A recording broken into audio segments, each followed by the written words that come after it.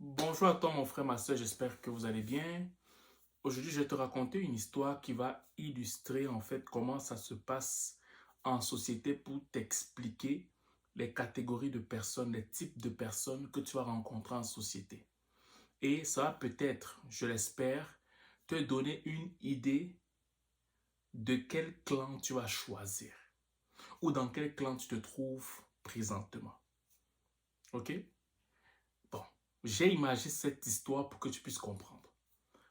C'est l'histoire d'un roi qui a des sujets dans son palais et qui se soucie de son peuple, socialement parlant.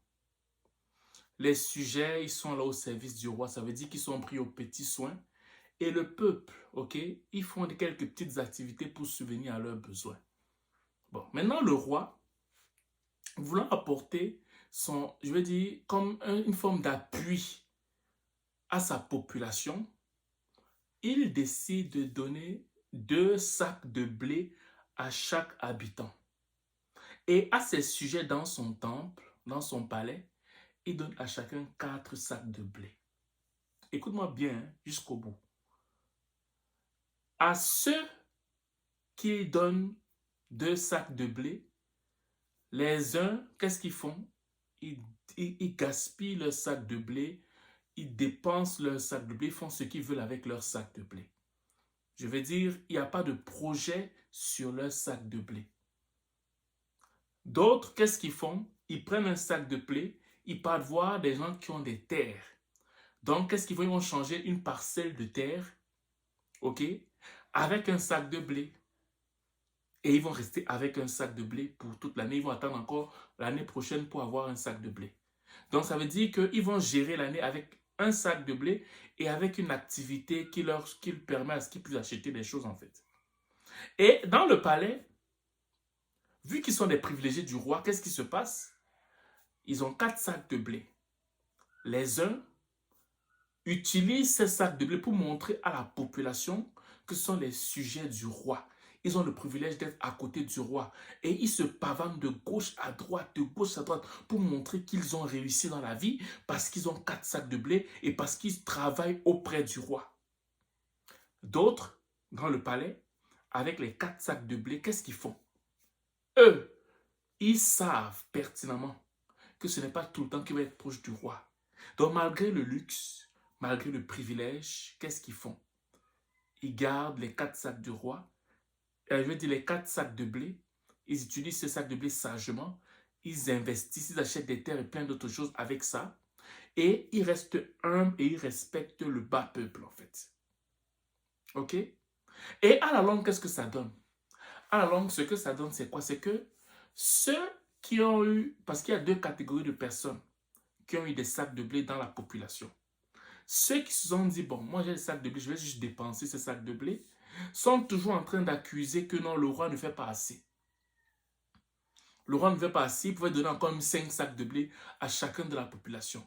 Fait qu'ils vont passer tout leur temps à accuser le roi.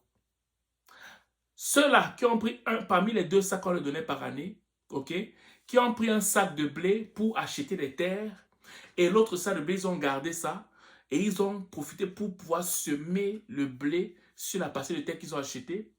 Avec le temps, ils ont eu beaucoup de terres remplies de blé, ok? Et c'était eux maintenant qui approvisionnaient le palais royal pour que le roi continue toujours à donner des sacs de blé à la population. Et auprès du roi, il y avait aussi 2 catégories de personnes. Ceux-là qui avaient 4 sacs de blé et qui prenaient plaisir à montrer au peuple qu'ils ont réussi, ils sont partis à la retraite. Et en partant à la retraite, ils n'avaient rien gardé. Ils n'avaient rien investi. Ils vivaient au jour le jour par rapport au sac de blé qu'on leur donnait. Donc, ils sont maintenant auprès du peuple, avec le peuple, et aussi ils reçoivent maintenant 2 sacs de blé par année. Tandis que ceux qui avaient les 4 sacs de blé qui étaient humbles, qui ont investi, malgré le fait qu'ils sont partis à la retraite, ils n'ont pas changé leur standing de vie. Qu'est-ce que je veux dire par là? Les 4 catégories de personnes représentent qui? Commençons par le bas peuple. ceux qui recevaient 2 sacs de blé et qui consommaient ces 2 sacs de blé-là en accusant le roi. Ce sont des gens dans la société qui accusent toujours le gouvernement, que leur faute c'est toujours le gouvernement. Ils ne prennent jamais les responsabilités sur eux-mêmes. Donc leur malheur c'est le gouvernement. Tout ce qui arrive c'est le gouvernement. Tout ce qui arrive c'est le gouvernement. C'est François Legault qui a fait, c'est Justin Trudeau qui a fait, ce sont les impôts, ce sont les taxes. Il y a toujours quelqu'un qui est à l'origine de leur malheur. Ce n'est jamais eux. Donc, le petit salaire qu'ils ont, non, ce n'est pas suffisant, c'est à cause du gouvernement. Donc, ils ne se remettent jamais en question, la faute c'est toujours pour les autres.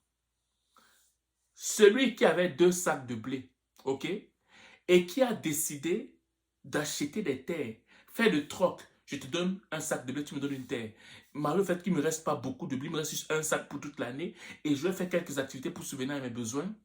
Lui, c'est quelqu'un que malgré le fait qu'il a peu, c'est un visionnaire. Il se projette dans la vie. Il anticipe dans le temps. Malgré le fait qu'il a un travail modeste, ok, il anticipe, il dit, ok, mais je ne peux pas juste vivre avec ça. Le peu que j'ai, ce n'est peut-être pas suffisant, mais je vais quand même me projeter pour investir. Je vais quand même me projeter pour que mon avenir ne ressemble pas à ce que je suis présentement pour moi et pour mes enfants. Par conséquent, je vais toujours voir des opportunités, les secondes sources de revenus, ou au fait, aller me former encore plus pour que j'ai au-delà de ce que j'ai présentement. Ça, c'est la deuxième catégorie de personnes dans le bas peuple. Maintenant, entrons dans le palais royal. Ceux qui avaient 4, ils étaient privilégiés, ils avaient 4 sacs de blé. Ce groupe-là, ce sont des gens qui ont de bons emplois, mais qui n'investissent pas. Ils se contentent du fait qu'ils ont de bons emplois, qu'ils peuvent avoir de belles voitures, ils ont de belles maisons, de grosses maisons. Par ricochet, ils vivent au salaire près. Je vis au salaire, aux 2 semaines. J'ai tout mon salaire, je montre aux gens que j'ai réussi, j'ai tous les habits neufs, j'ai toutes les chaussures neuves, j'ai de belles voitures, j'ai ceci. Maintenant, quand ils partent à la retraite, vu qu'ils ne comptaient que sur leur salaire pour pouvoir mettre l'argent de côté, quand ils partent à la retraite, ils se rendent compte qu'ils n'ont pas assez cotisé.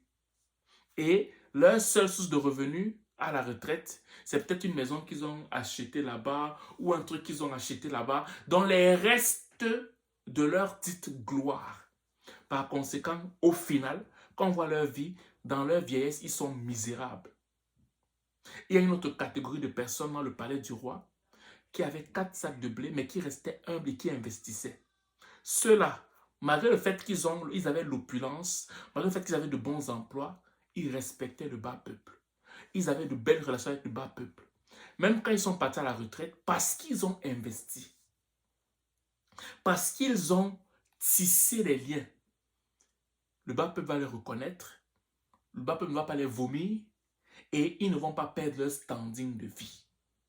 Ils ont profité du privilège qu'ils avaient un bon emploi, qu'ils étaient auprès du roi, qu'ils étaient auprès de cette entreprise-là qui leur donnait beaucoup d'avantages pour avoir ça comme levier et investir beaucoup afin que la retraite soit joviale en fait. Je te raconte ça pour que tu puisses voir dans quelle catégorie tu veux te trouver. Est-ce que tu veux être de la catégorie de ceux qui se plaignent? Est-ce que tu vas être dans la catégorie de ceux qui prennent le minimum qu'ils ont, mais qui trouvent d'autres sources de revenus pour que leur vie change, ne ressemble pas à ce qu'elle est maintenant pour eux et pour leurs enfants?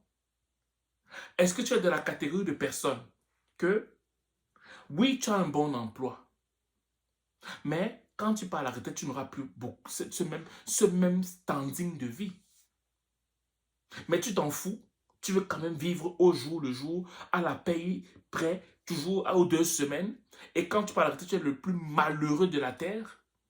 Ou tu profites de ce bon emploi que tu as, de ce privilège que tu as. Tu investis de telle sorte que quand tu seras à la retraite, tu es une personne qui est confortable. Ton standing ne baisse pas. Le choix t'appartient. Je ne fais que te transmettre ce message afin que toi-même, tu fasses le choix pour toi et pour ta famille. J'espère que tu vas écouter, que tu vas comprendre, tu vas analyser et tu te remettras en question. Voilà. C'est ce que je vais te raconter comme histoire. J'espère qu'elle va te plaire. Sur ce, passe une excellente journée ou une excellente soirée, dépendamment du lieu où tu m'écoutes. Ciao.